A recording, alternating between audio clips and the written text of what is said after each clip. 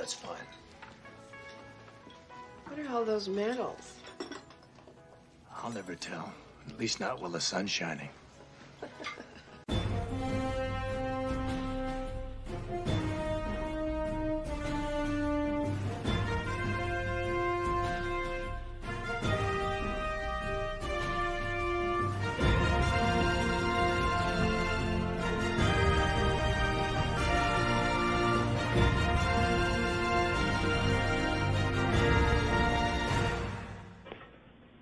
Hey, crotch rot. I'm gonna slurp my lifer's juice out of my own cup. Yeah, I guess I should have gotten shots beforehand. Hey, Rotten Crutch, you just sip my lifer juice out of my own cup. I love that line. For those who don't know what a lifer is, that's somebody who's in the military for life. They plan to make a career of it. It's They'll have to be everything. dragged kicking and screaming out of it. Yep. Good morning. It's Monday. It's been a fun weekend, interesting weekend, an exhausting weekend. Yeah. The Super Bowl was this weekend, and as a Missourian, we're all very happy. We're all very happy. I was pulling for you. Yep. You and your fucking Eagles post. I liked it, but I wouldn't share it, you son of a bitch. Eagles? I didn't post the Eagles. Oh, I could have sworn I saw something about pro Eagles on your Twitter page. Look again. I did like it, though. I did like it. You see the hat I'm wearing? It's the same hat I was wearing yesterday. It's a Chiefs hat. It's signed by an ex-Kansas City Chiefs. Oh, shit, yeah, you are. Holy crap. But I got to tell you, man, Anima had a special date with us yesterday where she actually said, I swear to God, I'm going to do that thing they did on Bob's Burger, where I'm going to have one of those little robot sticks that rolls around, you remote control it, and from wherever you're at, and it has an iPad of your face, and it just walks around like you're in the room with them. I just want to do that with Anima. But anyway, so she was virtually watching the game with us last night with Scott and I, and we're trying to explain things to her, how football works, and that like she gives a shit. And so you were mansplaining. No, I was. That is a word I don't recognize. It was cool. I was just too tired to wrap my head around all these rules. Yeah, Scott was trying. I was doing it. But the thing is, it was just fun. It was fun. It was fun having you there watching the Super Bowl with us. Oh, we lost Joe. But anyway, we know that Dawn is on his way, which is nice. But I got to tell you, man, I got up after, because you lasted all the way to halftime. I couldn't believe you lasted that long, because that's like 3 o'clock in the morning for you. She had to go. She was yawning. I was waiting for the next ad break. If I muted her, she looked like a Wookiee getting angry. I always cover my mouth, you savage. Whatever. And so she left, and halftime hit like right after, like within a minute, 2 minutes. And I just got up and I went back into the studio. I'm like, I give up. I'm not going to watch the rest of this game, because their defense was just off. It was off. And next thing you know, I'm sitting at my desk working, and Scott, I can hear him thumping through the house quickly because he's back in his bedroom watching the game. Comes running through the house, opens the garage door, and he goes, turn on the game. Turn on the game. Something has changed. And I'm like, okay. Very happy for them. They pulled their heads out of their asses. Defense started doing their job, and offense was able to carry them, and they won.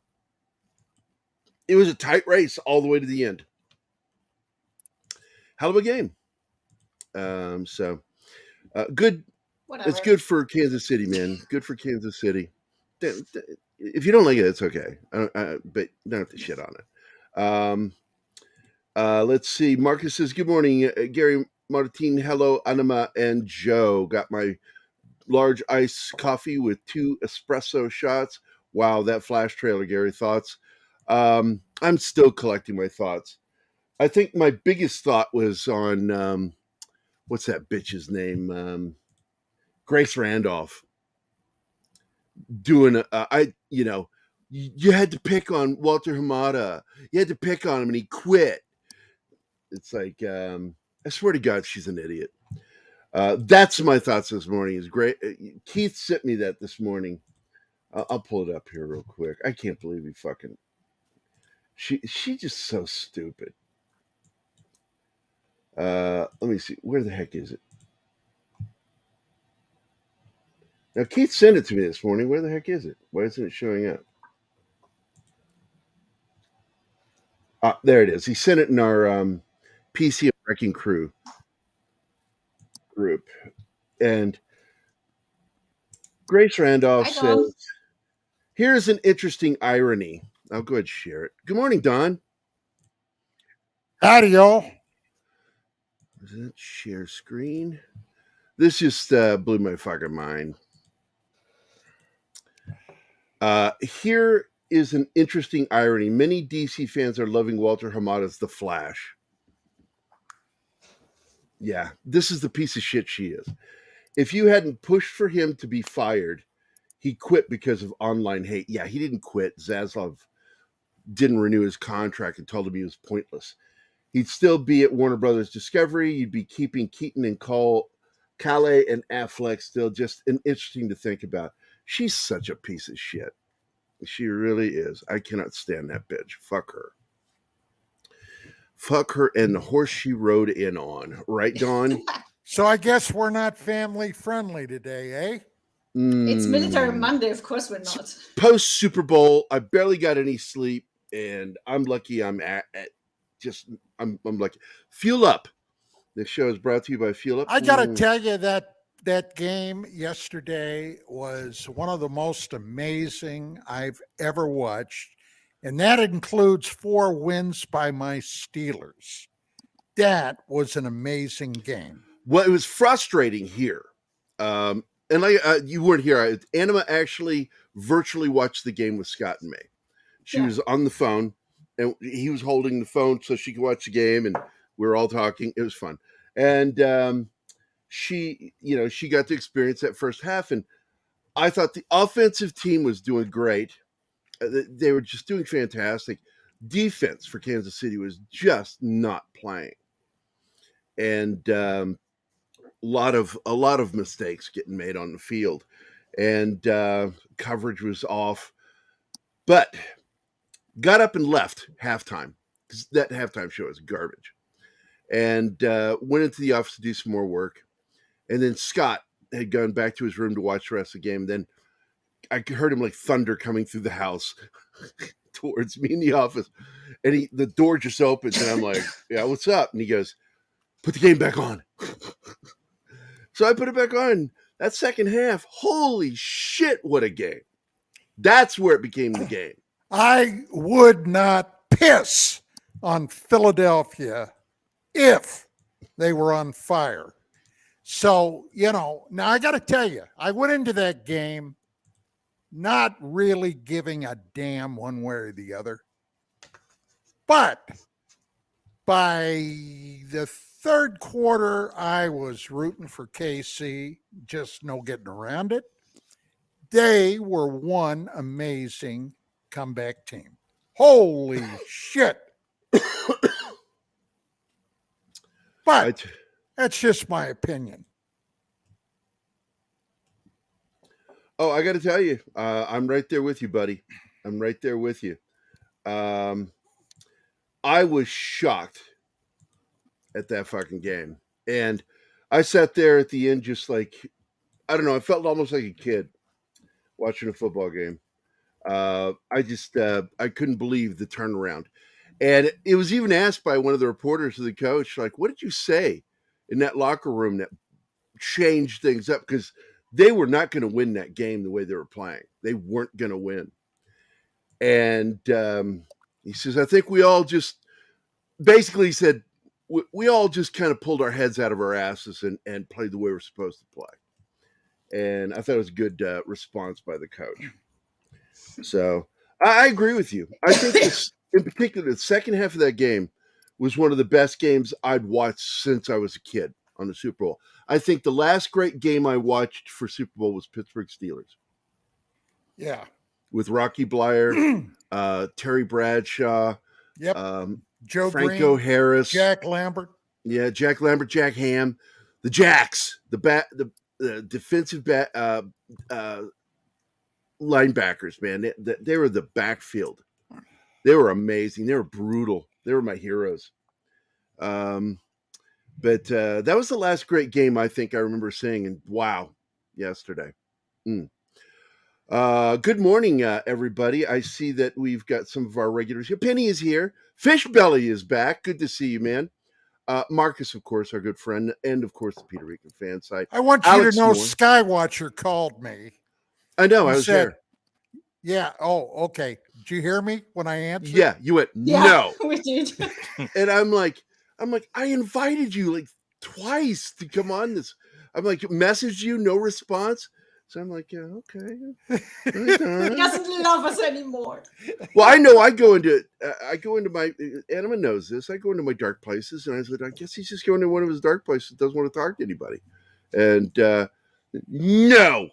It's like asking Anima, would you like to have meatballs? No. Oh, Anima, you need to go to sleep. No. Shut up, Gerry. Don't you think you should get some rest, baby? No. That was what you sounded like. That's a fucking show alone about. But I'm glad you're here because, I got to be honest, watching the film, it felt like I was watching more of a Western when I saw it in the theater. And it just didn't impact me like other really modern war films have. So I was shocked when Anima reacted to it the way she did. And then I went and I read struggling. A lot of like vets were like, man, the intensity of that triggered my fucking PTSD. And I'm like, holy shit, I was unaware that film had done that. I got to tell you, it is an emotional roller coaster ride watching the film. You've seen it, right, Don? Oh, yeah. Look, not only did I see it, I lived it. I mean, we tangled with the NVA. We didn't tangle with the fucking VC. Okay. Where we were was all NVA. Up in the and a lot of people Valley don't know the north. difference. Give a quick lesson on the difference for people who don't know, that aren't initiated. The difference of when you hear people talk about the Vietnam War between the Viet Cong and the North Vietnamese Army. Well, the North Vietnamese Army was a totally professional, uniformed, hardcore force. They were, in the day, as good as infantry as there was anywhere. Okay. Viet Cong were primarily guerrilla fighters, were for the most part civilians that joined the communist cause. Some of them had quite a bit of training. They're sappers, for example, the guys that could infiltrate a base, sneak in through the wire, do things like, and this was a bitch. Okay, luckily it didn't happen that often, but they would come in and switch your Claymore mines around. You think now? First you got to know what a Claymore mine is. It's a directional anti-personnel mine. It's plastic. And one side of it has the explosive portion that's aimed that direction with plates behind it inside. And then like debris, 700 pellets, ball bearings. Yeah, pellets. We were even trained how to make those things. And I got to tell you, man, they're pretty nasty. And those fuckers would turn them around on us. Yeah. And point them right back at us during the night. Yeah. Yeah. That's why it became almost standard to put fluorescent tape on the back of the mines, so you would know, if one of those aimed in the right bastards, direction. came in. But the Claymore mine was a game changer, especially when human wave assaults would happen, which I experienced twice up on the DMZ. In the wire. Zips in the wire. Yeah, up on the DMZ and then in Quang Tri. But anyway, the Viet Cong were sneaky little bastards. They were tough, but they were nothing like the NVA. And the NVA were vicious. So up on the Z, they would play their games, and then we would play our games. Okay. Now, unfortunately, when my camp got overrun up on the DMZ, by that time, the Nixon Vietnamization thing was in full swing. Previous to that, the Marines had been up there. Now, we're talking about Northern I Corps. We're talking about as far north to the demilitarized zone as you could go and legally be. Now, of course, there were other groups up there, like SOG, studies Special and operations groups. Yeah. Well, studies and observation is what they were called. It was kind of like saying that the ASA was not in Vietnam. So they went by the moniker XYZ. I was ASA, and that was the Army Security Agency, and we were primarily involved with intelligence operations, gathering intelligence by various means, everything from electronic to human intelligence. So, we had some weird things going on up there with us, but officially my group was not there. Although ASA, I don't know if you know this, Gerry, but ASA was one of the first, well, of course, Special Forces were there, but one of the first groups in Vietnam back in 1961. And as an addition, do you know who the first casualty was, KIA, in Vietnam? No. ASA, was an ASA guy. I'm not surprised because, early on, Kennedy had advisors there. And our primary function was to help train the South Vietnamese. So what was ASA doing and how did they get their first KIA? A guy was out on patrol with some South Vietnamese, and they hit a Viet Cong ambush. His name was Davis. Okay, as a matter of fact, they named a station in Saigon, Davis Station. I don't know if you ever heard of it or not. No, I haven't. Probably look it up. But it was named after the first U.S. KIA, which was ASA, an ASA casualty. So, yeah, we were there from the beginning. Now, something else about ASA that a lot of people are probably not aware. Our command authority was not the Department of the Army, Gerry. No. Our command authority was the NSA, National Security Agency.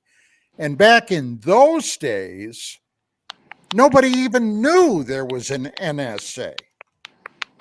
Kind of like today. Has anybody ever heard of the NRO? I have. Okay. Well, yeah, you have, but probably most haven't. National Reconnaissance. It is strictly involved with spy satellite technology. Okay, and God only knows how far their hand reaches. But between NSA and NRO, forget it. Okay, these guys are something else. Which I gotta say, and this is out of the church and into a different block in the city, what's been happening with these shoot downs? We've had 3 now total. 4. 4. Shit. Because I know that we had 1 over the weekend, so there were 2 over the weekend. And the way they're handling this, my spidey sense started tingling right off the scale, dude. Because NRO, NSA, CIA to a lesser extent. Okay, you notice I said to a lesser extent. CIA and the rest of the intelligence agencies, DIA, God knows what the hell are they digging up? Because they're digging up something. And don't tell me that these things that were shot down haven't already been collected, the debris, and somebody had to figure out, at least in part, all where I the hell know these is are that coming from. One of the briefings said that there was a payload on one of them that was shot down over Canada, over the Lake Huron. Yeah, Justin Trudeau, God bless his little pea-picking heart, said, yeah, I ordered it shot down. So there you go. The little commie Marxist bastard. You know, when he talks about stuff like that, it's like Pinocchio going, I'm a real boy. Yeah. God, he's like, I'm a man. Man. My F-16s flew up there and shot that right out of the sky. Whatever that was. Man. What a piece of shit. But anyway, to get back to Vietnam. So anyway, the North Vietnamese in the early part of the war, okay, didn't make a lot of appearances, but the Battle of Ai Drang, okay, with Hal Moore and the 7th Cav, that was, a lot of people don't realize this, but an actual freaking game changer. The NVA learned a lot of lessons out of that, and they were in it for the long haul. See, that was the big difference about Vietnam as compared to other wars. They were prepared, the communists, the NVA, Ho Chi Minh, they were prepared to take Ho Chi Minh. NLF will, the NLF will, what is it? What is it? Ho Chi Minh. The National Liberation Front. The NLF is going to win. Yeah, that chant they used to do on campuses, the NLF is going to win. That was it. Yeah. Are you actually here this time, Joe? Yes, I am. Stop teasing us. I'm sorry, brother. I'm sorry. Hey, Joe. It's good to see you, Don. How you doing? How's the mamas and the papas, Joe? Listen to you, man. I'm not that. Hey, I see some grunts behind you there. What's you do. What you see? Hang on a second. Let me duck my head down. You see me and my stepson right there, dead center. That's my daughter to the left. That's my stepson to the right. I see the MP armband, and I'm very displeased to see that this morning. I'm sorry. My stepson you see up there, he's an MP too, and I told him once what my unit was on Fort Hood, and while he was stationed there, he bought that for me for Christmas. Why? Look, I think it's the job of every parent to give their kids the talk, the birds and the bees. But with us military guys, when we have to talk to our kids about serving in the military, you really should have told them, you don't want to be an MP. Hey, his dad was a cop. His dad was a dog handler. So I couldn't talk him out of it, man. I'm just fucking with you. So, I'm just fucking with you. I know you guys don't like us, but that's okay. We love you anyway. Oh, look, man, you served. We're proud to be friends and proud of your service. By the way, this has a wall sticker. It says, America, land of the free because of the brave. Yep. There you go. It's starting to come off. But that was true once upon a time, Joe. I understand. It will be again. These things go in cycles. Don't worry about it. Oh, I absolutely agree with you. Eventually, like the evolutionary process, the weak go away. Mm-hmm. Yeah, it'll be all right. Well, shit really does change, and you get a different worldview. And I'm not kidding about this. The first time you hear a 7.62 by 39 screaming past your ear. Yeah, it's what scares you is and Anima watched me react to something. We're listening to the sounds of bullets going over your head, what they sound like, and I got used to the sound as a kid. You know the story, Don. And all of a sudden, I heard the sizzle.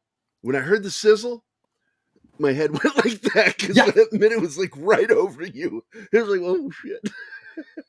Right after I got back.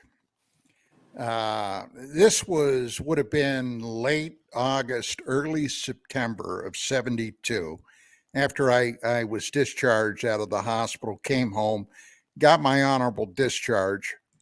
I met this gal that, she classy, gorgeous young woman, who actually, Gerry, you'll appreciate this, had a trainload of baggage behind her that I had no idea about. But I met her in this office where my mom worked, and we started flirting with each other, and I invited her out on a date, blah, blah, blah. So anyway, we're out for lunch. I went down to the office to pick her up, take her to lunch. Now, I wasn't working at the time. I hadn't gotten a job yet. Actually, I was going back to Penn State. And we're walking down the street to this restaurant downtown. Beautiful day. The sun was out. It was nice and warm, probably 75 degrees. And as we're walking down the street, this car drove past and it backfired. Oh, God. And I hit the concrete and rolled into the gutter. Okay. That's how spooky I was. And then when I realized what I did, I stood up and I brushed myself off. And this chick is looking at me like I just sprung my third head. And I said, just a bad reaction is all. And she had no freaking idea. I know she didn't. But, that was embarrassing. It happens to a lot of my buddies who came back from the sandbox, man. I always try to describe the way they are as being like the Terminator. Okay. When the Terminator would look at something, you'd see all this information like appearing, like he'd see something, it would focus on that object and put a description of what that thing is, threat assessment. And that's what it is a series of threat assessments. Driving down a street in America, trash bags near the curb, possible IED, people walking around on the street, potential suicide bomber, sniper, people walking across the bridge, an overpass, and because I've heard it all from all the guys coming back from the sandbox that were friends of mine telling me what they went through. And I'm like, holy shit, man. I couldn't imagine being like that. But, in my own way, and I don't want to go into because it has nothing to do with the military, is, I'm that way with women. I'm very punchy with women because of the kidnapping with my daughter. And after that, I was broken. And I don't work right when it comes to relationships. I don't know how Anima got through the barrier with me because I have a wall that's up and I keep it up out of defense. I think it's the German accent. She sounds like Colonel Klink. Hey, you know what? Sexy. You know what, Kissel? If you and fucker, that's not a German accent. If you and I ever meet face to face, I'm gonna shake your hand and I'm gonna give you a hug. Then you're gonna kick me right in the junk. then I'm gonna hand you my hand sanitizer. Hand sanitizer. I was like thinking, well, he wouldn't kick me. He would just like hit me with a crutch right in the junk. And I got to tell you something, man. My dad was disabled and he had the arm, the ones that connect to your arm, crutches. And he was pissed at me one day. I was 16. He was like irritated with me. And I kept making him laugh, and the more he laughed, the angrier he got as he's chasing me around the house. And we ended up like the monkey and the what's that? The berry bush, mulberry bush. The monkey chased the weasel, and he's chasing me in a circle into the kitchen, out of the kitchen, into the kitchen, out of the kitchen, through the dining room, through the hall, and I was keeping almost an exact, like a one of those geosynchronous satellites on opposite sides of the planet from him. And at one point, I decided to fuck with him some more, and I don't think my ability to do threat assessment was as good as it is later in my life, because I just thought he was just laughing, but no, he was really fucking angry at me.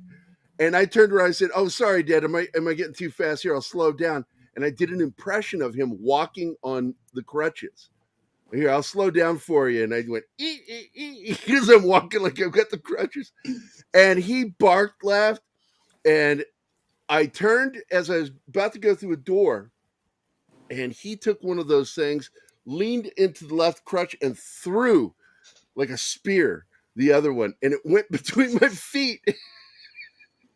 And I went down right before I headed into the hallway out of the kitchen. And he was on me like stink on shit. I was just like, I rolled to look to see how far away he was, and he was right on me. And he had those eyes.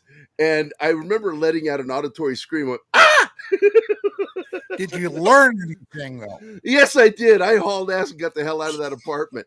And I did not come back until his best friend, Mr. Cody, who I'm still very close to this day. He came back and had to calm my dad down because he was going to kill me. Oh, man. Speaking of ass, Gerry, we have a breach. Can I play the new one? Oh, do we? Do we have a breach? Yeah. Yes. I'll play the new one. Everlight, protect Grog and the rest of our friends, wherever they are.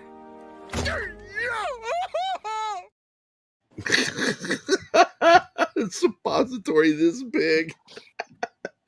This is the finale this week of the show. I can't believe we already got through that show.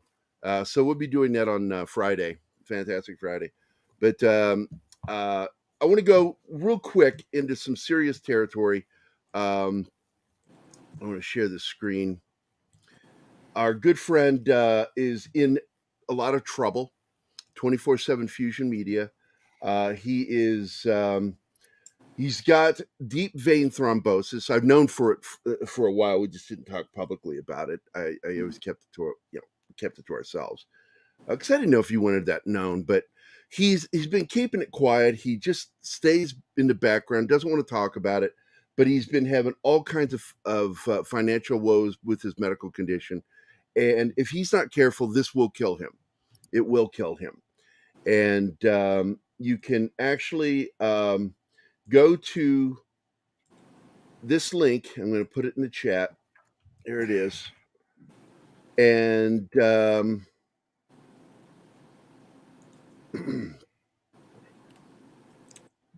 KGB thing. Let me put it to just us. There we go. And for some reason, I think YouTube is still angry at KGRA. And yes. So we're getting blocked by YouTube when I try to use the account. But I just, I love this guy. He is an essential part of our community. And he is like Keith, is a professor of comics. This guy lays down knowledge like nobody's game, man. He is something else. And to think that he's having medical problems and he was keeping it to himself, because that's how he is. He's a very private person. And it took Mexican Iron Man, Pat S. and the crew to go, hey, man, no, you need to share this and get some help, man, because we don't want to lose you. So please, if you can, join. They're at 1252 right now with a 3,000 goal. But the fact is, this needs to be an ongoing thing because his medical problem's not going away until he has a surgery or is on the right medication to help clear this up. Because deep vein thrombosis, like I said, it can kill you. You break an embolus, and you'll be lucky if you survive it. Yeah. You'll be in the small percentage that survive those things. So if you're a Christian, say your prayers, whatever faith you are. I just send out positive energy to my good friend because, Fusion is a great guy. And like I said, he's a professor of comics. This guy knows his history. And nobody knows how to rant like him. He will just tickle me. If you go back and watch some of our episodes together. Here, hold my beer. Hold my beer. Nice. So please help our friend and share that too. If you don't have the money, just share it. Make sure to put it out there. Let people know because this guy's a sweetheart. All right, I'm going to stop sharing and get back to the show. We'll do it again before the end of the show because I want to make sure we always talk about him. But we're talking about a movie about a very personal journey into the Iadring Valley. These are the guys who first one's in. And Hal Moore is one of those guys, and I love that. It's in the book, too. First man on the battlefield, last one out. And I got to tell you, there was one thing about the NVA that was noticeable if you knew what to look for. In Vietnam, especially in the rear areas, the ramps were death on haircuts. Okay, for you one guys, thing about the Army. Let me tell them what a REMF is. Rear echelon motherfucker. That's somebody who does not leave the wire. They never go outside the wire, and they are not combat effective. My favorite scene in this movie has to do with those son of guns right there. Yeah. Yeah. You know the one I'm talking about with the helicopter pilot. Yeah. Mm-hmm. Yep. Oh, yeah, there's that moment with Greg Kinnear when he pulls a pistol on one of his fellow pilots. Loved it. He says, "You come at me again and I will kill you." Yeah, he pulls his gun on him. He's like, dude. And called him a coward. You don't right even to his know face. what they're going through out there. Yeah. You coward. The medevacs, yeah. Anyway, the refs were death on haircuts and mustaches, okay?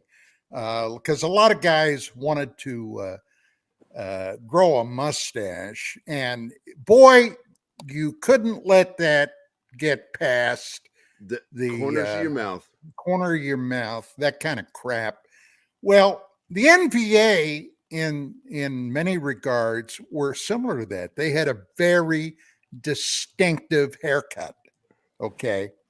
The NVA would have, and occasionally, and this was something a lot of people would have missed, but they would try to infiltrate an area in civilian clothes.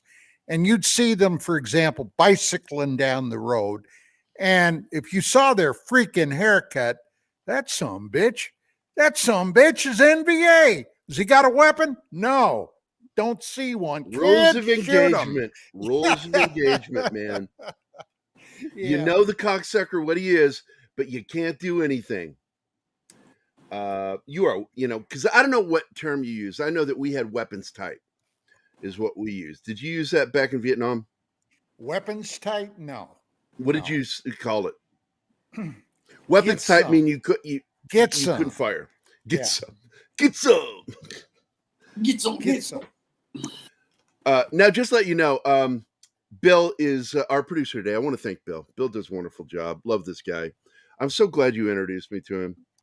When he called, now we've been, he knows that as a rule, no matter what time he calls me, I'm usually up. Now, for example, today I was up before 0:30 and wandered out here. Had to turn on my coffee because the timer hadn't gone off yet.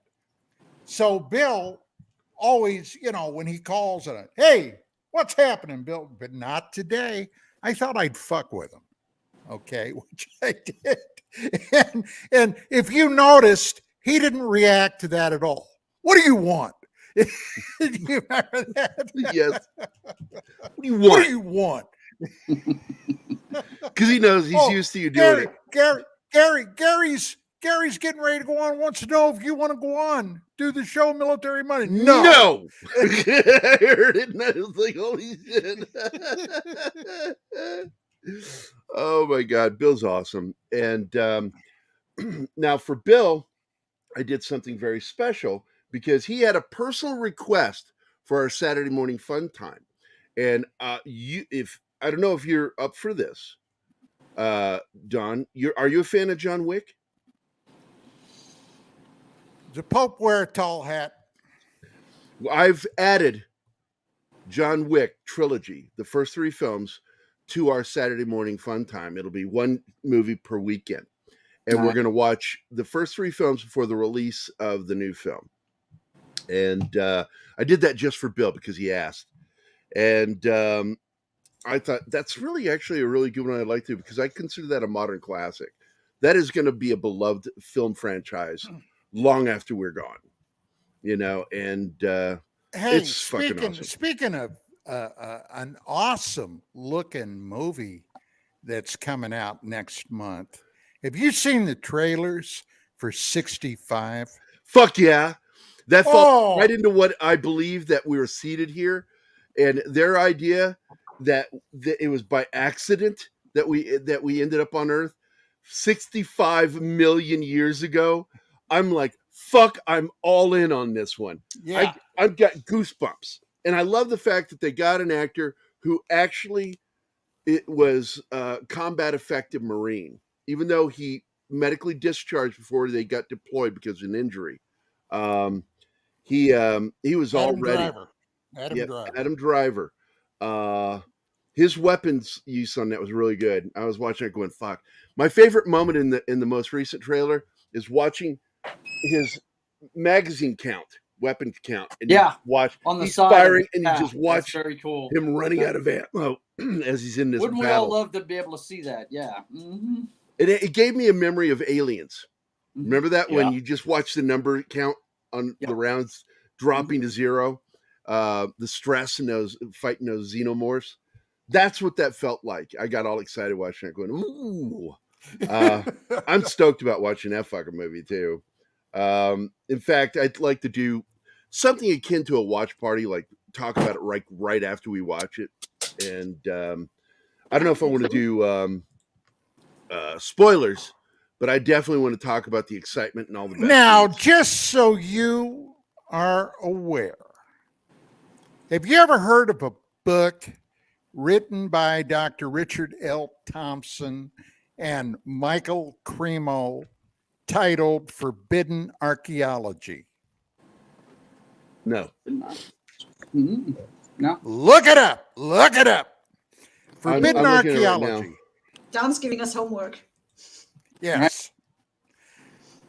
In that book, Thompson and Cremo, and I know both of them, as I've interviewed both of them, wrote a book that turns our history literally on its head. There it is. Okay, there it is. I've got my copy right over here and use it frequently. They have documented OOPArts going back millions of years. Do you know what an OOPArt is? No. Out of place objects. Oh, okay. There you go. Okay. For example, finding a spark plug in a geode. Yeah, it's like that wheel that they found that was aged, carbon dated to be older than we knew humans had mechanical. Anatomically devices. correct human footprints have been discovered going back not thousands, not hundreds, but millions of years. Finding manufactured objects in coal beds that are perhaps 1 million years old. Things like gold chains, silver pots. Yeah, even though In it's not South mechanical, the human footprints alongside dinosaur footprints. Yes. Holy shit. And that's It's been like, what the discovered in fuck? Texas. Yeah. In Texas. Right here in the U.S. U.S. of A, man. Hey, before we continue, I just realized I haven't said hi to a lot of people. Let's see. Penny is here. Deleted scenes. Monkey Jubas, thank you. Come again. Alex Moore is here. Cavatino Cavermache. Zax, a.k.a. Kyle. And Horny Alf, who is also a fellow veteran.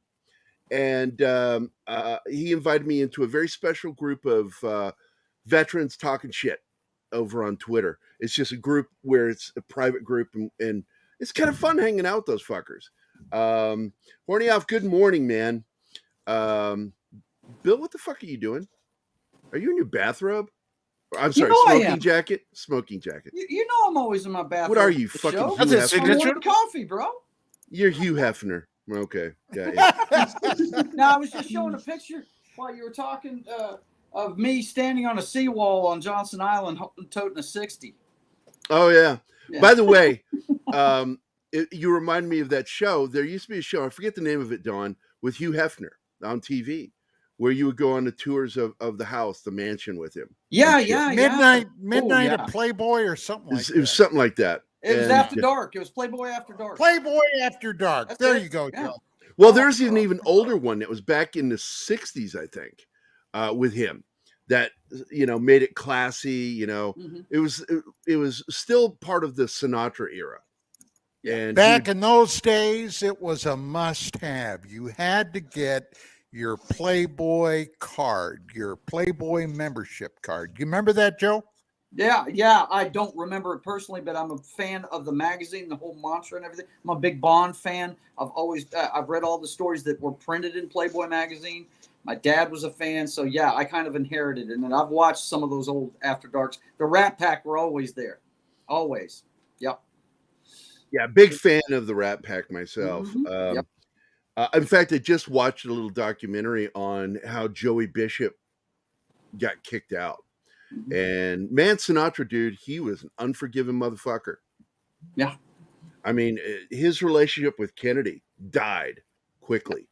They didn't call him the chairman of the board for nothing, man. I tell you, and it's in the movie, the Rat Pack movie, which I thought everybody did a really good job in that film, showing, playing the parts of these real legends. Mm-hmm. And when he built that helipad for I just forgot his name, Kennedy, Sinatra built that helipad from the land on there at his estate. Mm-hmm. And fucking Kennedy wouldn't go, and instead went to Bing Crosby's house to spend the weekend or whatever the fuck that was about. Sinatra went off and said he went and stayed with that goddamn Republican. Went out there with a sledgehammer and went at the landing pad he had built for Kennedy, and became very anti-Kennedy after that. But look, he had too close a relationship with Sam Giancana, Sinatra, and he was too pally with the mob. Yeah. And because of Bobby Kennedy, they were making the mob the enemy, number one. Yeah, sure. They sure were. They had a war on them. Enemy number one, the mob. Enemy number two, the CIA. Yeah. Not to mention, Giancana was banging this gorgeous chick that Kennedy was banging. Marilyn Monroe. And word came. I don't remember her name anymore. I don't remember her name either. It wasn't Marilyn Monroe? No. Well, Marilyn, of course. Bobby and Jack were taking turns with Marilyn, but no. This was somebody else. This was a brunette. I think I'm going to do this show from this seat from now on. So I have this background. We've got internet problems here, and I'm doing it on cellular on my iPad. Hey, Joe, you like my wall? I love it. I love it. Simple, classic, beautiful. I'm sitting at my bar, if you're wondering where I'm at. This is the wall behind my bar. I'm in the bartender's position right now. So we're in the weeds. I'll try to bring us back. The thing I like about this film is it is a very personal journey. This is a personal battle. This is a tight battle where, it's not a gigantic battlefield where there's an army going one direction. It is a cutoff moment. It is, they end up calling a broken arrow. Judith Exner. Thank you, Glenn. Hey, Glenn Fleming. Morning, man. He's another one of our Limey friends. And if you've never checked it out, Glenn, please do share the link. he did a great little Jack Kirby documentary. Jack Kirby, World War II veteran and one of the greatest comic book artists and creators, really, in the history of comics. He was the mainstay for Captain America early on. He's the one who drew the first drawing of him punching Hitler. Yeah, and Jack Kirby is the one who the woke love to quote by punch a Nazi. I said when he said that, he fucking meant it. Yeah, and trust me, he done it. Yeah, it wasn't him talking about other people because they think differently. He was talking about actual Nazis. Do you have lemony friends? You have. I don't know what that is. What is that? What does that mean? Anybody know what that means? I don't know what that means. No, it's Jeebus being Jeebus. Don't worry. Check Jeebus's stash. Find out what. It's Jeebus being Jeebus. Norma Jean, of course, is Marilyn Monroe's real name. Yeah. I love that song "Candle in the Wind" by Elton John. Great song. Mm-hmm.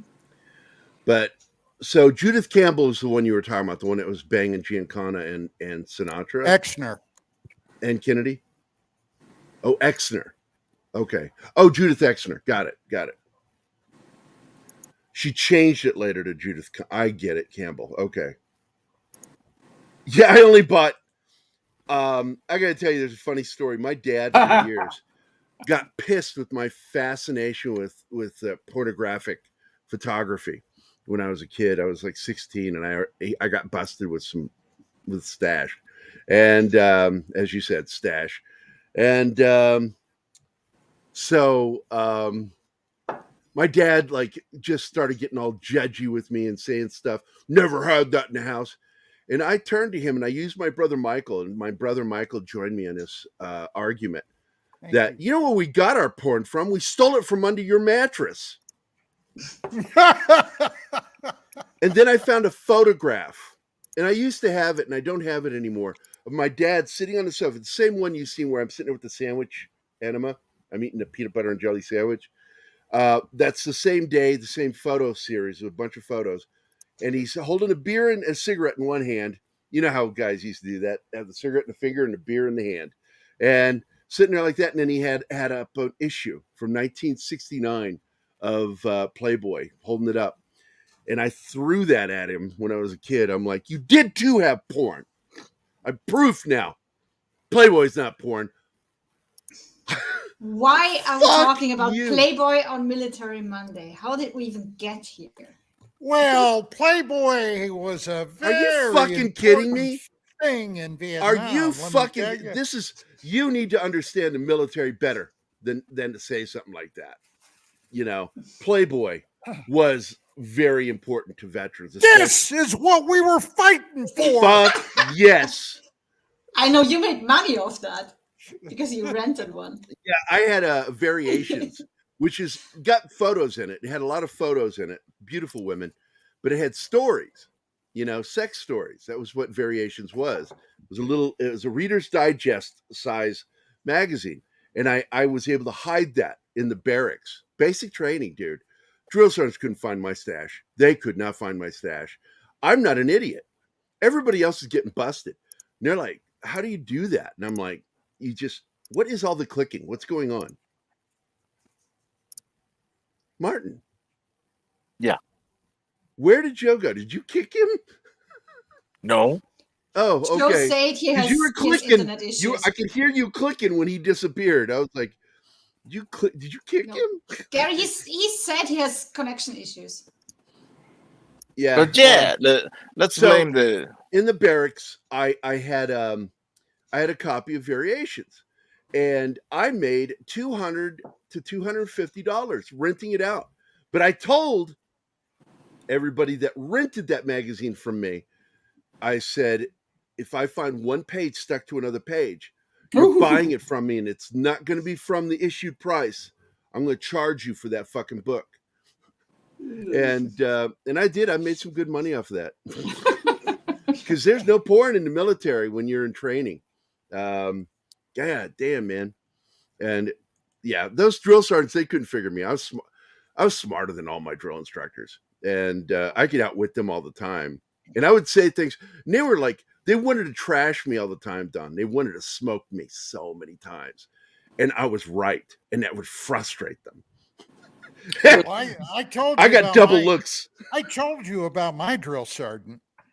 And this sounds like a totally bullshit story, but as God allows me to sit here, it's true. He quit high school in 67, I think it was. God damn, he was young. He turned out coming from Tyrone, Pennsylvania, which was literally just down the road from my city of Altoona. Big rivalry between those two. And the first thing he said when our platoon got together in basic training is, anybody here from Altoona, Pennsylvania? And like a dumbass, not knowing any better, I raised my hand. Well, I put a mark on me from that day forward, but that was nothing like the mark that ended up on me. It turned out my aunt, my mom's sister, was a teacher down there, teaching English. Okay. English. He had been one of her students. And when I mentioned my aunt, Mrs. McCleve, oh my God, Gary, I was sorry Mama bore me. I tell you, yeah, you told me that story. I remember it now. I was like, oh crap, I remember that. Hey, we got to go to commercial break. We'll be right back right after this ad. Hi guys, this is Gerry from Pop Culture Minefield here on KGRA, and we're leaving for our first break. I hope we survive. A birthday without her mom, an anniversary without her husband, her wedding day without her dad. These are the days when military families feel it most of all. The loss of their soldier, their sailor, their airman, their Marine, their Coast Guardsman. Families never forget their loved ones lost to war or illness or suicide. Families never forget, and neither do we. We are TAPS, the Tragedy Assistance Program for Survivors. We provide resources, support, and comfort to heal the hearts and meet the needs of grieving military families, all at no cost to them. Your generosity can make an enormous difference in the lives of the families of our fallen military heroes. Our military families need to know they are not alone and they are not forgotten. Show them your support at taps.org.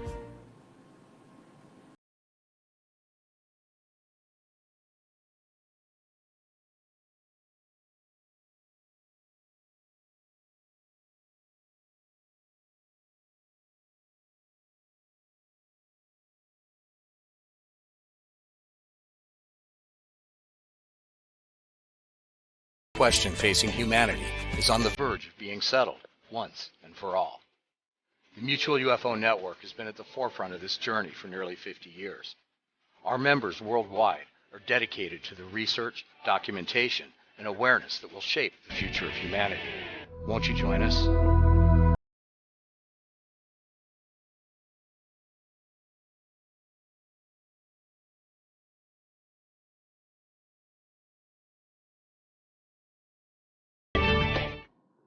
Hey members, the new KGRA DB app is now available on iOS and Android devices. Gain on-demand access to any KGRA DB programming. Download any show directly to your mobile device to listen or watch on the go. Go to the App Store and search KGRA DB. Oh wow, we survived. Welcome back to the commercial break. Now for some more Pop Culture Minefield on KGRA. We're back. I keep thinking of Pinocchio when I hear that. But what, the bagok? You! Oh, me. I'm a real Oh my boy. God, we're back! We're back. I'm a So real retarded. So, thanks, Bill, for taking us that commercial break. By the way, I love my favorite spot first of all, it's a MUFON ad. I really love the MUFON ad, not because of what they said. That fucking tune gets so jaunty and I'm bouncy in my seat. And I've got other people, because I can see everybody in the back when we're during a break, and I've caught John and Keith. Yeah, John was moving on Saturday. Like grooving to that. I love that thing. And of course, I think that's the one that we get claimed on every single show. YouTube claims us. It's like, God damn it. What do I got to write on here for you to stop doing that? But I love Bill's voiceover on the KGRA ad, man. That's a cool ad. It's great, yeah. He has, and now normally people make a joke about this, got a face for radio. He has a voice for radio. He really does. He has one of those voices that's I just want to listen to. And I love that shit. Hey, Stone Pie Media is here. Nothing like jaunty tune. Amen to that, buddy. Anybody else jump in? Courtney. I don't want to miss anybody. Courtney. Oh yeah, Courtney is here. Love you, but man, I'm still stinging from that drummer joke, dude. I don't think I'll ever get over that. I'll never recover from that drummer joke. How do you get a drummer to shut up? Put sheet music in front of him. You will never recover because I will keep reminding you of that one. I'll keep rubbing it in. It's like, I know how to read sheet music. I play piano. She did that live on the air, and I was like, Methinks thou protesteth way too much. Yeah, it's true. Because, I've always had sort of like it was a sore subject with me. And because I wanted to be treated as a musician, and it took me playing piano. Finally, but you're a drummer. Oh man! It took me years of playing piano for people to stop doing it. But Real Wade Nation is here too. Good morning. So Stone Pie Media and Real Wade Nation just dropped in. Courtney, of course, is here. I hope everybody's having a good Monday. I got to tell you, those of us in Missouri sure are. Kansas City won Super Bowl. Didn't think it was going to happen. Did not think it was going to happen. It wasn't looking good at halftime, but as I consider people wearing Kansas City Chiefs stuff like people walking around with rainbow on their, Facebook page showing that. I've got the receipts, pal. I called it on my pregame show. All right. Well, I'm just telling you. Yeah, but as bad as that may be, my buddy Rich Saraday was originally from Louisiana, and there was nobody that hung their heads like Louisianans with the Saints, which they called the Yanks. Oh, and they literally would go around with brown paper bags and put on their head. Looking like the unknown comic from the Gong Show. Hell yeah. They used to go man, you remember that. I love the unknown comic.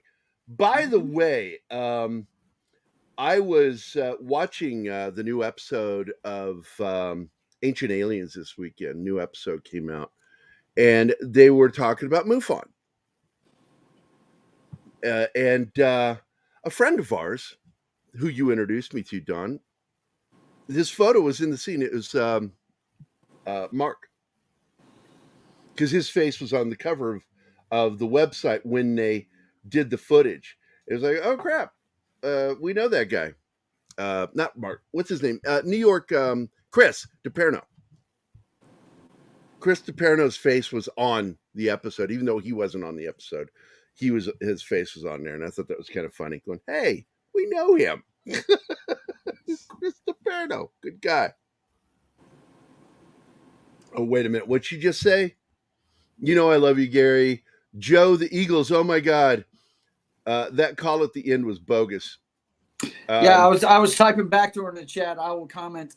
Yes, that the refs should never get involved like that at the end of a game. It was a bogus call. I agree with you. That was garbage. They should have never done that. Would have been a much better ending if the refs hadn't gotten involved. But I got to tell you, there, when he was the reception, and they called it not a reception, they were 100% right on that. Because he had not full control of that ball. Right. It was still moving in his hand. Overall, the reffing was good. I couldn't believe the angle we got on that. The camera was right there. Yeah. And it's like, once you look at that and you catch what he did, it's like, yeah, that's not a reception. He was out by the time he had any control of that ball. He was That one already at out. the end of the game, though, it was crucial. It gave them a new set of downs, and yeah, that was horrible. You should never let It was really shocking. It really was. But either way it goes, I got to tell you, Kansas City went into halftime and they had a talk to themselves. And you know that all of us have had to do that, where we have a talk with ourselves. And all of a sudden, man, they were a different team. Yeah, they were. When they came out of that locker room. And that second half is, and I agree with Don on this, We've that already is the best I could explain Super Bowl it to you, game. being a football mind, and a lot of people call me the coach, and I tweeted out what they needed to do at halftime to fix it, but I'll talk to you about it off air. But yes, they made adjustments, and they were a different team when they came out. Yep. Yeah, it is the How many times we see the Steelers do that? Yeah. You know, it's like the Steelers when they Rocky Blyer, Terry Bradshaw, Franco Harris, fucking Jack Ham and Jack Lambert. What a team. And they won the Super Bowl. That is the last great Super Bowl game I remember in my lifetime. Was that game. Incredible. And Rocky Blyer after that game went into the locker room and was pissing blood. Those guys, man, that was a different era. They took some punishment, man, big time. I mean, they do now too. Don't get me wrong. The padding's different, and the thing is what I find interesting is I think they hit each other harder now because of the padding. That's because of the speed of these guys. They're faster now than they were in the past. Oh yeah. So you know how that goes. Oh, you had those big guys, Dick Butkus and those fuckers, Bubba. Those fucking guys were too big to run fast. Yep. And like I thought I was into a stone pillar. Yeah. I ran a 4.4 40, and because I was a fast kid, and you put pads on me. I was a linebacker. I was a standing up linebacker. I couldn't get down into the 3 or 4 point stance. If I actually, I got a groin muscle pull from doing that. I discovered that I'm too tall, and I should not be getting down into that stance and trying to come back up. So the coach moved me to the defensive backfield, and I became a standing up linebacker. And it was a relationship I had in high school that I loved, man, because I loved hitting guys. And I would spin guys in the air. I would drop low. You want to talk about shoulder toxic masculinity? It's not toxic masculinity. We are, at our core, we are warriors. We are primal. Well, that's what football is. That's Football why football players are the safest form of warfare. They get to hit each You other. guys did see what the freaking Democrats are trying to do in New York. No. It was just a news story. They're trying to pass a bill to make basically physical football tackling. Kids can't do it if they're under, I think it was 12. Okay. 12 or 13. They're trying to make it illegal for kids that young to tackle. So they're going to get rid of Pop Warner football. I started playing football when I was 8. Come on, man. Give me a break. Yeah, it's ridiculous. Right. It's for the children. Yeah. Well, you said it earlier, Don. We're on the soft end of the scale, look, right? Nobody is a better snowflake than moms. Moms brought about a lot of the shit that's going wrong with the military. Yeah. I watched it in the 90s. That's where the stress card came from. Oh, God. Hold up that yellow stress card. That, drill sergeant can't talk to you anymore. Man. Yeah, it's bullshit. That is, come on. All I can say is when we get into the next big dust up, there's gonna be a lot of weeping, wailing, and gnashing of teeth. Yeah, it's. I don't mean to sound like that old codger back in my day, but it's gonna happen. We all sound like that, Don, because we. Back in my day, you're trying to prepare, kind of like these guys when they were getting ready to go in here and test these helicopters out in this movie. We're trying to prepare guys for to kill people and not to think about it. I mean, to keep themselves alive, and you can't do that. Not letting 12-year-olds hit each other and stuff like that. And it's just I drank. Now this is a great time to mark the mark where we started to get on that slippery slope. Mm-hmm. There was a fella who became the Secretary of Defense, who used to work for Ford Motor Company, Ford Corporation. Do you boys know who I'm talking about? Iacocca? He was Chrysler. Who are you talking about? Ford. No, the Secretary of Defense under Kennedy McNamara? and then Johnson. Yeah, McNamara. McNamara? Yeah, okay. Yeah. Robert McNamara, that piece of shit. I hope he burns in hell forever. But anyway, they took the M16 rifle into combat in a large way for the very first time at Idrang. Okay. Mm-hmm. Now, McNamara was the guy that decided one size fits all. Okay. And everybody was talking about that black rifle, about how great it was. And now we got to do a short little history lesson. The M1 Garand rifle, which George Patton called the greatest battle implement ever, lasted until 1957 in the United States Armed Forces. Then they made a change. They went to a new and improved M1 Garand, which we called the M14, which was a magazine-fed rifle. It's still in 30 caliber, although that's right, not 30-06, but a 20-round magazine, okay, detachable, which was a great rifle, one of the best ever. And after we got in Vietnam, what was great about that is it didn't care if there were little trees and elephant grass and everything else. It just punched on through. Yeah. Well, somebody had the idea, because the Air Force loved it, this new AR-15 rifle, which became known as the M16.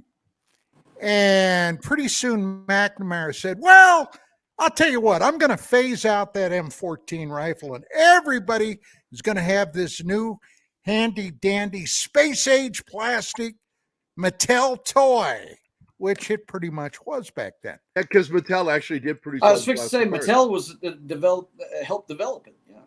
Yes, it did. Well, here was the problem. Okay. When they switched over to the M14 rifle, like everything else in government, they made 15 gazillion tons of propellant for that 308 ammunition, that's 7.62 by 51. Mm-hmm. Now, what are they going to do with all that propellant? Well, we got this new rifle, the M16.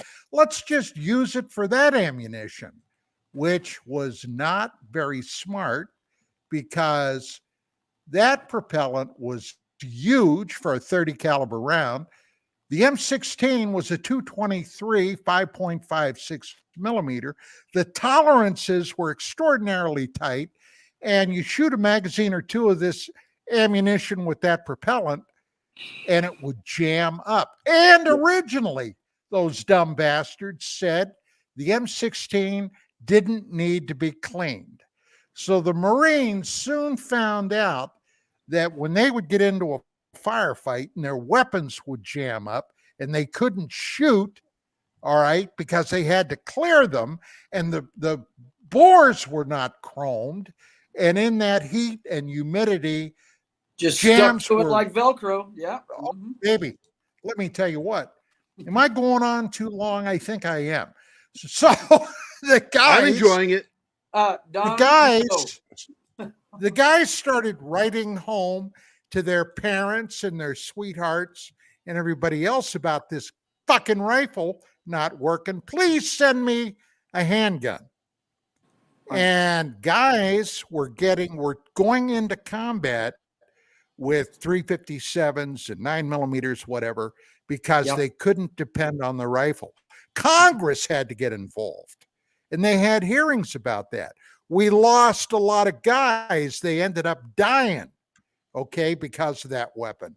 And I put it all on that fucking McNamara's shoulders, that piece of shit. Well, because they went into this half-assed. Yeah. This is the toy that came out in the 60s. I had this. My brother Steve, who was a Marine in Vietnam, bought this toy for me. And it was made by Mattel. So they made money from the military and as selling this toy to kids, and it had a really cool action. You could pull the trigger and it would make that machine gun sound. Yeah. It would crank up. But it's the same company. Mattel is the one who produced all the plastic parts for Colt on the M16. I wasn't That's why allowed they were to able to have make toys this like toy. that. I wasn't allowed to have toys like that because what were you, Amish? No. My parents are from Maine and Massachusetts. They're northeastern liberals. And when JFK was killed, they said their kids would not play with toy guns. And they took all the joy out of you. That's why I glommed onto a grease gun. And when I got hit, I was packing a grease gun. And that was... My grandfather had one of those in his war room in his basement in Boston. Yeah. 45 caliber. It's a big gun. Yeah. Well, it was real good for up close and personal. You know what Dale carried, right? I've told you, right? In Vietnam, he carried a Thompson. That was his weapon of choice. That's the biggest thing I ever carried, but that's a crew served weapon right there. I was just showing off. What is that? M60? It's a 60. It's a 60. I'm standing on the seawall in Johnson Island. M60 was a replacement for the BAR. Yeah. Squad That's what weapon. we call a crew served weapon. You're supposed to, it's not, Rambo shoots it one handed, but he's in a movie. You're supposed to have somebody feeding the belt so it doesn't jam up, that kind of thing. So, I got to tell you, Stone Pie, actually that happened. And while I was in boot, a drill sergeant lost his job over a mother because you were told no contraband in your fucking Foot Locker. Yep. And a kid had mouthwash. We weren't supposed to have that. It was Listerment or something like that. It was got alcohol in it. You can't have that. And so drill sergeant made him drink it. And next thing you know, that drill sergeant lost a stripe and was kicked out of the DI Corps. He was dropped down to reception. And that's why I tell people, when you go to reception, you think, oh, this is going to be nothing. A lot of those guys are failed fucking drill instructors at reception. And they got a fucking chip on their shoulders, and they will fuck with you. That's Dad. Yep. D.I. Dad. I spelled my dad's name D.I. Look who's here. 70s is here. Brian. What's up, buddy? What's up, Big Daddy? I think he's got a show tonight, bro. Yeah, he does. And then there's Alex Moore with McNamara and Rotten Hell. Yes. Well, this one's funny. Hey, Don, did you see this one? Bob McNamara spoke very highly of you guys. Isn't he the one that coined? Isn't he the one that coined the phrase "fog of war"? Wasn't that McNamara? I don't know. I think it was because it was from Vietnam. I thought it was. A lot of people don't know what that means. It just means that a lot of things are fuzzy when it comes to combat, and people get killed. One thing about this movie here is we find out through the telling of the story that it's, they've always said that Vietnam was where they were trying out new things and trying out their new toys and stuff. And one of the biggest tests was not just the M16 it was this itself, right here. It was the air cav. Mm-hmm. Yeah, they were trying out the Huey helicopter. To see if it could do the job it was built for. Yeah. Well, something else that always bothered me about Vietnam, and people will argue with me and say, well, the bayonet is irrelevant these days. Well, no, it's not. Never irrelevant. No. And the M16 was a very poor platform. Because let me tell you what, gang, believe it or not, there was some close encounters that resulted in hand-to-hand combat. And it's really nice to have a big, long sticker on the end of your rifle And, the M16 bayonet is not what I would call a real bayonet. No. It's like I've seen Boy Scout knives with longer blades. Yeah, it's that's not menacing at all. Yeah. this is what I carried in Vietnam. This is a Mark II Gerber knife. Okay. Yeah, I used to have one of those. That's beautiful, Don. That's awesome. Yeah. Yeah. Designed so it would not get stuck. Yeah. It's got a 5-degree offset on the blade. Okay. And it was originally designed, of all places, believe it or not, Portland, Oregon, the hotbed of liberalism and Marxists today. That's where the knife was made. Yeah, the New England states used to brag about that. Now Oregon has it. Yeah. Right. It swapped coasts now. Yep. But anyway, because I got that because of that M16 bayonet. Yeah, that's my war story for today. Gerber's a good knife, guys. Gerber makes a great knife. A lot of combat knives have a groove in them, and it's designed for keeping from getting stuck. Suction gets created sometimes when you do a stab, and they put a groove in it to break the vacuum seal, so you're able to retract your blade after stabbing somebody. I know it sounds really gross. Not everybody but could do it either. No. Yeah. Well, look, could do it.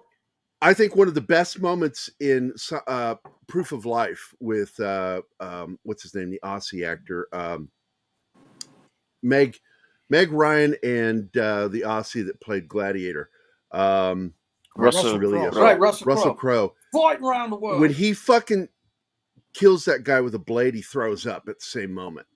And I said, actually, I've talked to guys who have had to do that, and that's actually a very common occurrence. The first time you do it, and maybe a few times even after that, that when you commit to piercing the human skin, psychologically, what it requires. Well, if you remember in my novel, in chapter 2, my novel, a guy took down an NVA from behind, and then he had to bury his face in the jungle floor to keep from making so much noise when he retched. When he threw up. You remember that? Oh yeah. It's something that, you know, because in movies they don't, Rambo in particular, just does it. It's what we were trained to do. Being trained is one thing, actually doing it is something else. You know, like Han Solo said, good against a remote's one thing, good against the living, that's something else. Yep. That's something else entirely. And the commitment it takes, the psychological commitment it takes to do something. And so it was one of the common things I heard from many veterans talking about having to do hand-to-hand combat is the impact it had on them physically when they committed to cutting somebody, you know, whether it was stabbing or slicing somebody with a blade, is the throw up. Very common. And that's, by the way, that was one of my one of the best moments in there for realism in that movie. If you've never seen it, I highly do recommend that film, Proof of Life.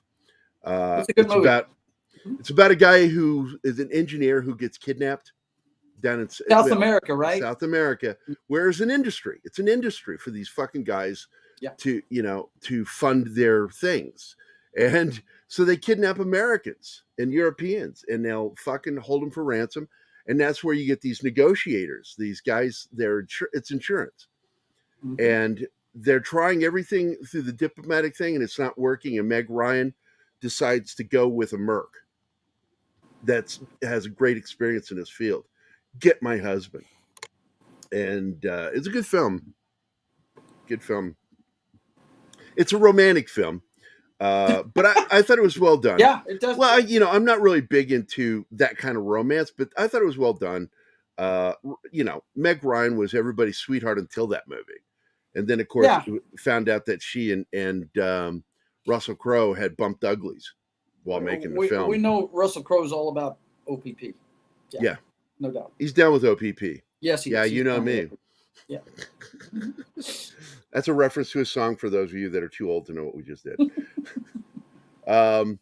But I think the thing that really gets me with this film in the end is not just the gritty realism, but Sam Elliott is the fucking bomb in this movie. Yes, he is. And one of my favorite things is the running gag in the film is this one guy just wants his approval so badly.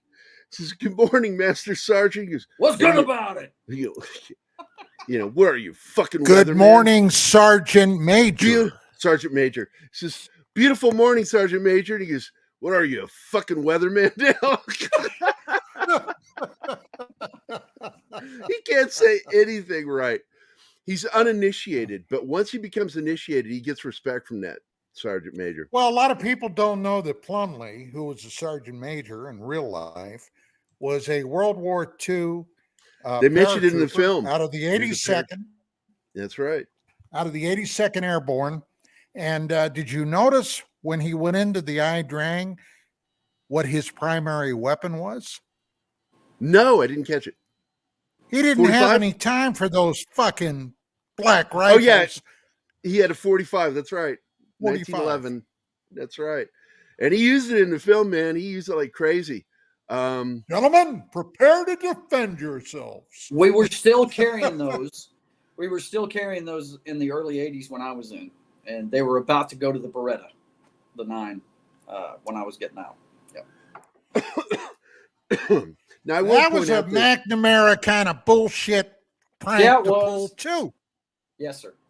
Yes, sir. I got to say that I think one of my favorite moments, and it's in the book too, like I said, the film did a really good job of adapting the book. It really did. When Gallo was told to pick up a weapon, mm-hmm. and Gallo did something that he got criticized by fellow members of the journalistic corps for picking up a weapon. And he said he felt it responsible to not just defend himself, but help defend others. Yeah. Makes perfect sense. I'll tell you one thing I dug about the film was it was one of the few that showed while the battle was going on, the things that were going on, what was going on back home. That drama of women not wanting to answer the door, you know, because they were afraid to be talking. Because that is part of the film mm-hmm. that I kind of skip over it mm-hmm. a little bit. But the fact is, that poor taxi driver, right? He shows up at her house and she's like, "God damn it, don't you know you don't do that?" Mm-hmm. He's like, "Ma'am, I don't want to do this." Mm-hmm. And then the she takes military over, she and her friend. The Army wasn't prepared. Yeah. It was not prepared for what was going to happen. And that was a bloody battle, man. And we were outnumbered, 100-1 on that field. And the casualties show how good our military is. When you look at the kill-death ratio between the U.S. and the North Vietnamese in that battle, we kicked their fucking asses. Yeah. Yeah, but we won had the battles, losses. but we lost the war. We lost. Yeah. Well, we didn't lose the war. Once again, to give a history lesson, Don knows this as well as I do, that we beat the fucking shit out of them mm-hmm. to the point that, because once Nixon did one thing right, was the bombing of Hanoi. When he took the battle to them and started bombing the shit out of them, all of a sudden everything changed. Mm-hmm. And that was when they showed up. Don't forget Haiphong Harbor. Haiphong Harbor. They showed up at the Paris peace talks. We weren't the only ones there. The Russians in there. Yeah, China and Russia. A lot of people don't realize we fought China twice with fighting the North Vietnamese and in. And I'll tell you what, Bubba, they had Chink troops up there in 72. Yes, they did. I freaking saw them. And they were big bastards. Yeah, they weren't the little tiny, Dink is the one my brother used. Gook and Dink was what my brother used to call them. No, we call them the little people. Little people. The Lilliputians. But I got to tell you, man, another one, of course, and this comes from, and I think they explain. No, they don't explain it. They do in the book. They don't explain it in the movie. In the book Short Timers, they explain it. Zipperhead. And this is a good time. Zipperhead. This is a good time to run that special non-PG rated, the R-rated announcement for DMN. Yeah, it would be. Is it still there? Where's it at? I don't see it. Did somebody remove it? Somebody removed it? No. What? Yeah. Somebody removed it. What? Why? It's not there. His announcement that you're watching something with military. Oh, it's because it's over on whatchamacallit. Here, I'll just do it this way. I just remembered. That's right. It's over on KGRA's site. Look, when we get paid by YouTube in a few days, we are going to be upgrading our account so we can have more videos, because this is just exhausting with them. Yeah, man. But anyway, again, somebody else can play that video. I'm looking for something. Anima, do us the honors. Okay. Well, one of the things I dug about this flick, guys, is the opening scene sets the tone for the entire battle to come. I mean, that opening scene where they kill those French troops and the guy looks at them and says, "Kill them all and they'll stop coming." I was like, whoa, these guys are committed to throwing every body they've got at it, you know? And I think that may be a culture thing. I mean, that you have underpants with a Swiss flag on them. Swiss? Those aren't Swiss. Those are they're from the Red Cross. They're defective. Anyway, me safe house, A2 safe house. I'm gonna check the back door. There you go. And this warning. The following program involves discussions between military veterans. As such, it is almost guaranteed that there will be coarse language and crude subject matter. So if the words piss, fuck, cock, cunt, and shit offend you, or if openly discussing that one time you were butt-fucking your ex-girlfriend and her miniature pincher jumped up on the bed and started licking your asshole until you had the best orgasm of your life makes you uncomfortable, this might not be the place for you. Otherwise, enjoy. I so want to make him the official voice of our channel, because I love Rob's voice. We were drinking one night, and he was telling this story about a drunk night in the military. And I swear to God, the story itself was one of the funniest fucking things I'd ever seen. But right at the point where he hits what would be the punchline of a joke, the crux of the story, he actually slips and falls off the fucking deck that we're on. Whoops. Because we were drunk. He slips and falls off. He says it. I start laughing, and then he falls off the fucking deck. And I blacked out. I was laughing so fucking hard I couldn't breathe. And he's one of the best storytellers I've ever met when it comes to telling funny stories. Nobody tells a story like Mac. And what's funny about him, too, is like he got into an altercation with this guy in a bar. And he got so frustrated and he called me from the bar. Drunk called me. He's like, "You need to get down here, man. This guy's talking shit about veterans, man. I need you, because I don't know what to say to this guy." Because he spontaneously, he cannot react to things people say. Whereas my brain was trained to fucking have comebacks. When somebody says something to me, I have a quick comeback. And so I went in there and he wanted to fight this guy. I saved him from having to fight the guy by just putting the guy in his place. By going, "Well, better man than you did it for you while you stayed home and jerked off in front of the TV." And I just kept mocking him. Going, and this it sounds like that asshole that wants to go to Canada. Oh man. Yeah, that was very disappointing hearing that. I'm just like, man, nothing says unpatriotic more than my life is more important than yours. Because the thing that I always loved about Americans, and because I've always, and time and time again, I stupidly put my life on the line for other people. And I've risked being killed so many times. It's stupid. And my niece actually came, because she was there one time when I did it. She brought it up at dinner one time with the family. And I looked at her, I was like really shocked. I'm like, "You remember that when I did that?" Ran out in front of a bunch of sliding semi trucks on ice during an ice storm in Illinois. And because a van got overturned on the side of the road, and I ran across a 8-lane highway, and 4 on each side, man. And trucks were jackknifed, and I ran across that ice, sliding half of the way, and she's in the car with her little brother, and my brother-in-law, Dean Huddleston, talk like this.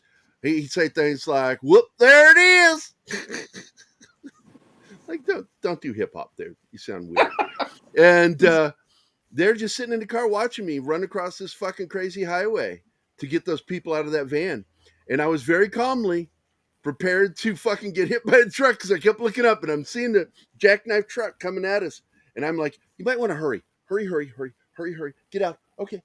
Finally got the last one, jumped off, and that truck did one of those, Hollywood moments where it goes, oh, man. Oh, scary. And I'm sitting there holding onto a barbed wire fence, trying to get as far away from it as I could.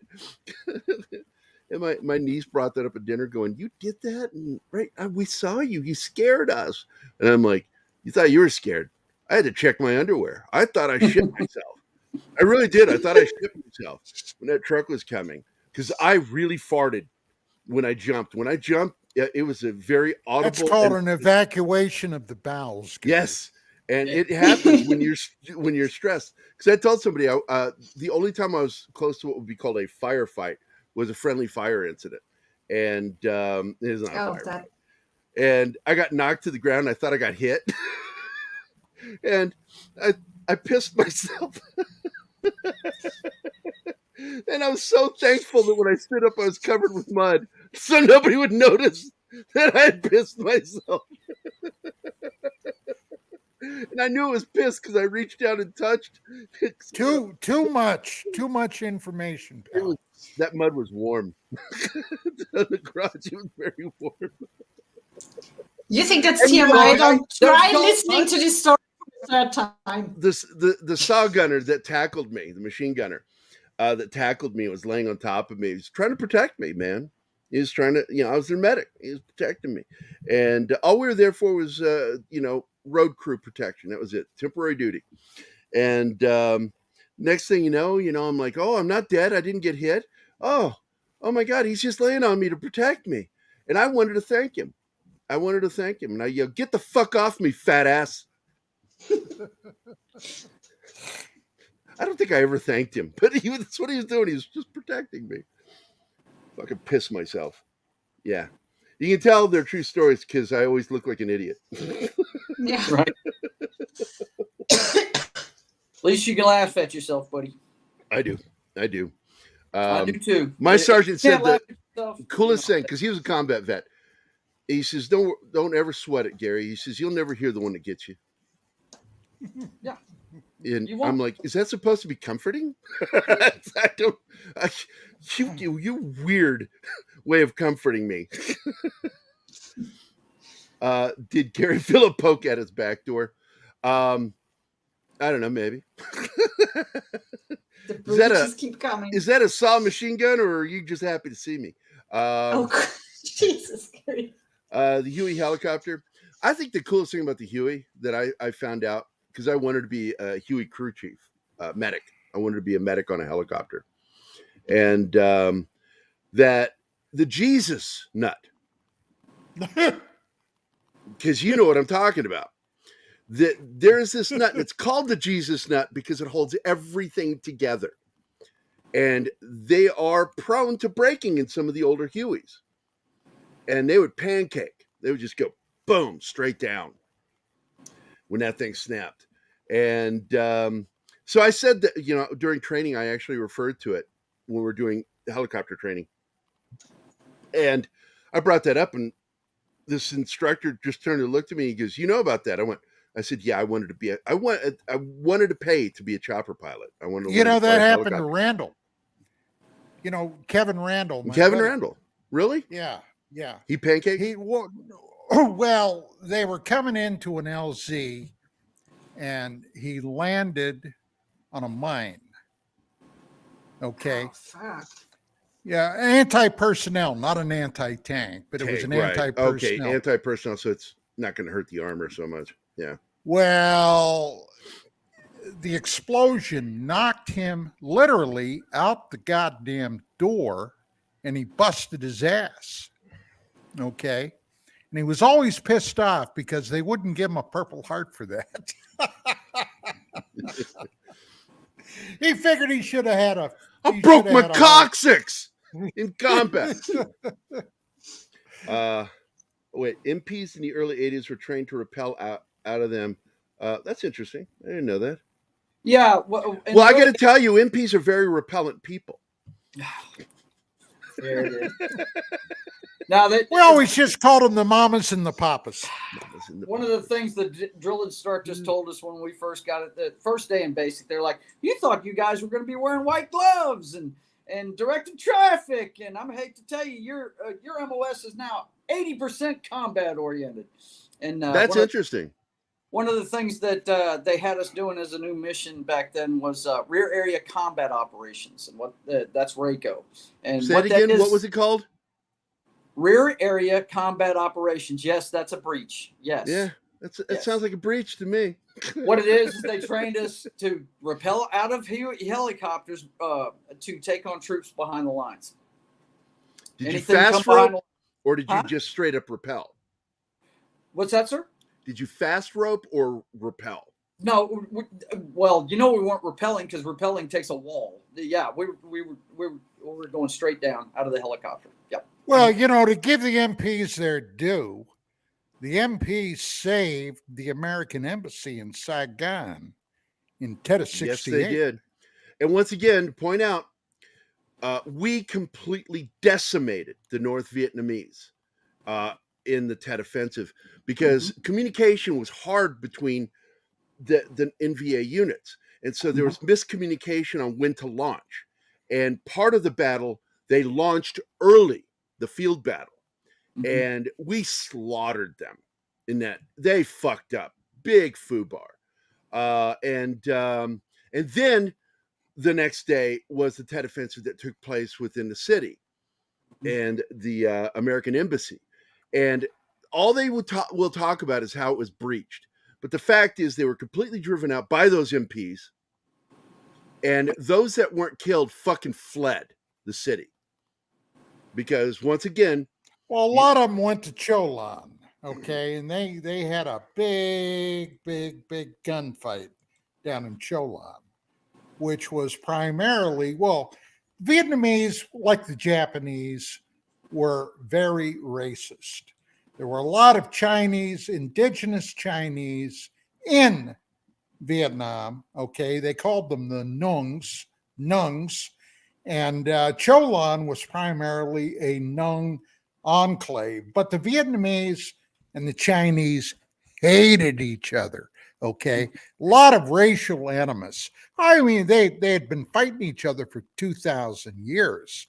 So, but the VC and whatever NVA there were ended up in Cholan. They had a hell of a fight down there. I don't know if you were aware of that, Gerry, but no, it's Joe. But what I've learned, and this isn't just working for Del Dye. I learned this because of my dad.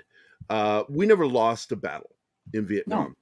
No. We had retreats, but they were strategic retreats because that's your situation when they would just suddenly just rush, and the FOBs or whatever, they would be overrun, and they would pull back, get what they needed, and then they would go back and take it back and retake their positions. And so technically, every time they would do that, it's like I've heard people on the left who love to do, they lost it. And I said, they didn't lose that battle.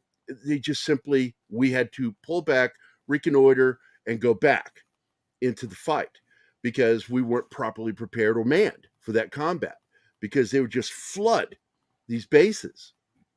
It's what they showed in Firebase Base Gloria, which is one of your favorite films, I recall. And it's also one of Dale's. They talk about, these being overrun. They show it in Platoon too.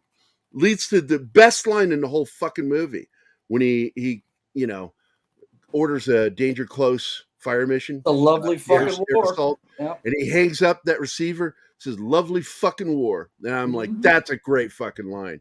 Yeah. Dale Dye delivered that line in that movie. What a great moment. And best line, that one. Worst line, we flew 1,000 miles to fight the enemy, and the enemy was us. Dumbest fucking thing ever said by an American soldier. Yeah. And Oliver Stone showed his colors when he did that. Well, and I agree with Adam Baldwin. He put every trope about that war in one movie. Well, I agree with Adam Baldwin. Well, that's actually because like every single member of the production staff had a copy of The 13th Valley by John Del Vecchio, who was Don's and my first guest on Dangerous Military Nerds. John wrote that book, and Oliver Stone, Dale Dye, and two other people on the production were wearing cargo pants all the time, and in their right hip pocket, was a copy of The 13th Valley. They were very inspired by what John wrote about in that book for the movie Platoon. And what Platoon was a mishmash of battles that actually were fought by different units, even different branches during the Vietnam War, and they put it all into one movie. Yeah. And so everything in that film really is based in reality. Everything based I've been thinking about something you said some time ago about Joe Galloway. Joe Galloway. Oh, Joe Galloway, yeah. Galloway, in The I Drang, picking up a weapon and taking a lot of shit from his fellow journalists, so-called journalists. Yeah. Well, Michael Hare, who wrote Dispatches. Michael Hare was dead. Not a and some of the other journalists that he talked about, Dana, I think it was Dana Flynn, Earl Flynn, Sean Flynn. Sean Flynn disappeared with his buddy. Was another one. Okay, that when things got real tight. Okay, and hey, Harry, look, he'd pick up a weapon. Charlie, or Nathaniel Victor. They're not going to discern. No problem. They'll kill you. No. No. Absolutely, 100% agree. And it was something that after Gallo, because Gallo was the first journalist to pick up a weapon in Vietnam, because that was the first big battle. And so a lot of those guys, Michael Hare, Dale's in that book too, by the way, Dispatches by Michael Hare. Yeah, he's in there. But he was with that silly goddamn flower in his helmet band in Way City. I got to tell you, Dale Dye's so fucking funny. A lot of people don't know this. Got his eyeball shot out in Way during the Tet Offensive. He was crossing a creek, and he got hit by a round right in his skull. It's the little scar on his eyebrow, and it shot and popped his eyeball out. Didn't kill him miraculously, obviously, because he's still alive. But I tell people try to say that he's one of the that he never served in combat, and it's like, motherfucker, that guy saw a lot of combat. Fuck off. I wasn't gonna say this, but what the hell? When I first came back, periodically I had a dream that was all Vietnam Central, boy. And this was my dream. And I would wake up in a cold sweat. It would scare me so bad. But what I dreamed was I was in a field of elephant grass, and I was running away from, I was being pursued, and I found a little hut that I went into, and the pursuers, which were Charlie's, were coming through the grass. I didn't have a rifle, but I had a 1911. And this was the part of the dream that terrified me. I pulled the 1911 out and I racked the slide on it, and the goddamn thing fell apart in my hands. That was and I had that maybe a half a dozen times. I don't have it anymore, but there's elephant grass for those of you that are curious. It's a hell of a thing to walk through. Oof. It's sticky. It's like razors. It'll cut you. There's another thing I wanted to show. Hold on a second. I got to show this. Earlier, you said you're 1B for a problem in Vietnam. And I don't know why this popped into my head. I swear to God, it's just the way my brain works. And I wanted to ask you, but I didn't want to interrupt you. Was is it the faux noodle? Is it the faux noodle that was your worst experience in Vietnam?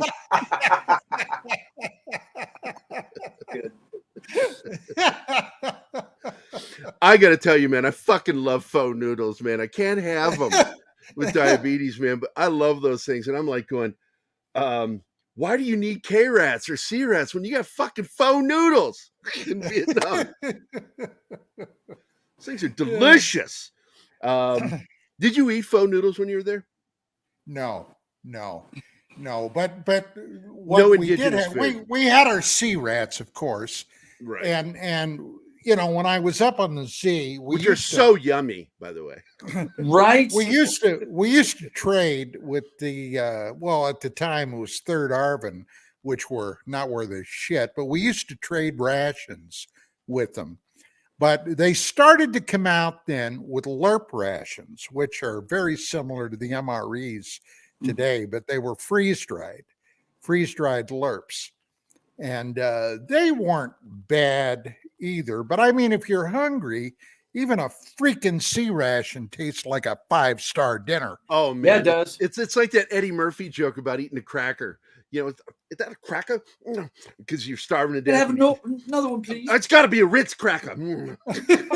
So delicious. Because when you're fucking hungry, man, and I told you I fucked up one time.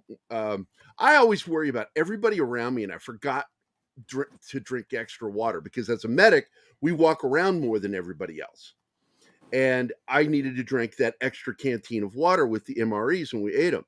And those are 3,500 calories for those things. But a lot of it's dehydrated, so it can last long periods of time. You better be drinking water. You're going to get... You got to drink your normal canteen, and then I would say drink an extra canteen with the meal.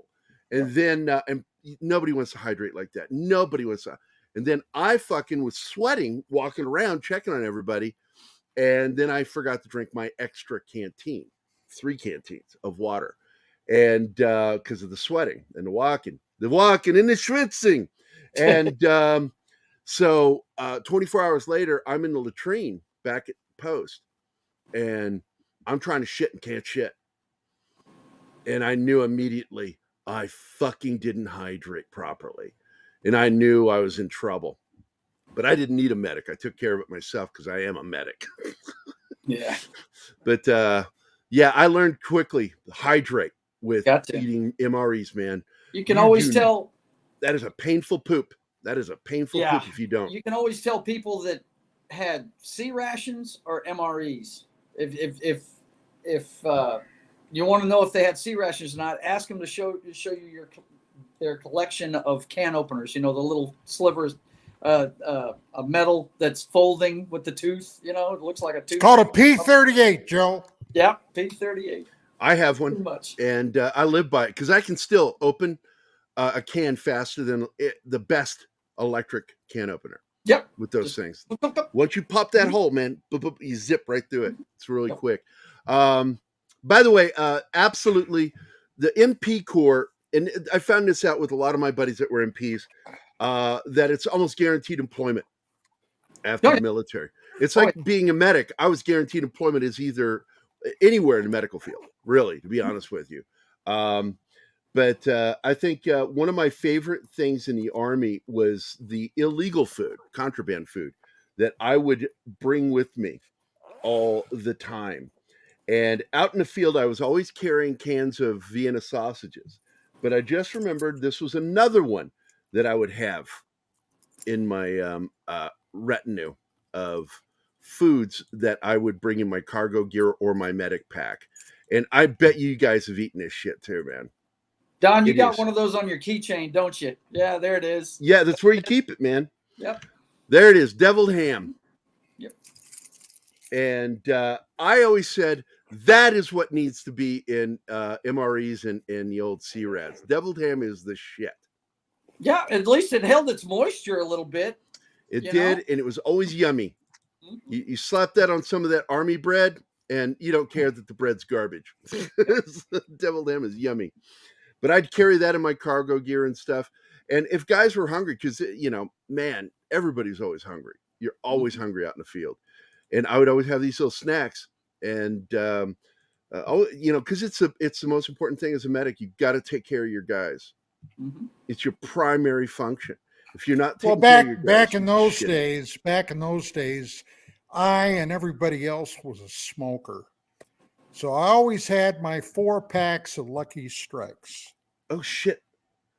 Do you know, we've already reached the end of the show. Yes, sir. I just looked up and like, oh my God, I got a message from Bill. I'm like, oh my God. Yeah, that's what I was. We're at 155. Yep. Man, this is what I like about these talks, Don. These are fun, and it's just so engaging. You lose track of time doing it. Yeah. Lose track of time. File 13 showed up at the end. Go back, watch the whole episode. It's a fun episode. A lot of history, a lot of discussion. Movie, absolutely see this movie. Mel Gibson and the guy who did Braveheart with him. And got to be honest, this is a far better film than Braveheart. Braveheart juggled with history. It did. Fucking magic. This one's great. Absolutely. I love Huey helicopters. Trained on them. Always loved them. Yeah. When I do the I got to thank the audience. I'm sorry, buddy. He's I got to interrupt. Yep. Got to interrupt. Marcus, the Peter Vickman fan site, Fish Belly, Penny, Deleted Scenes, Monkey Jeebus, I think you'll come again, Alex Moore, Cavatino, Calverman Shea, Zax, aka Kyle, Horty Alf, Glenn Fleming, let's see, Courtney, who's here, Stone Pie Media, Real Wade Nation, that 70s rock fan, Dragon Ruse, and File 13. Watch the show tomorrow. Big announcement coming for Pop Culture Minefield. You do not want to miss it. Thank you so much, Bill. Thanks to the panel. Get us out of here.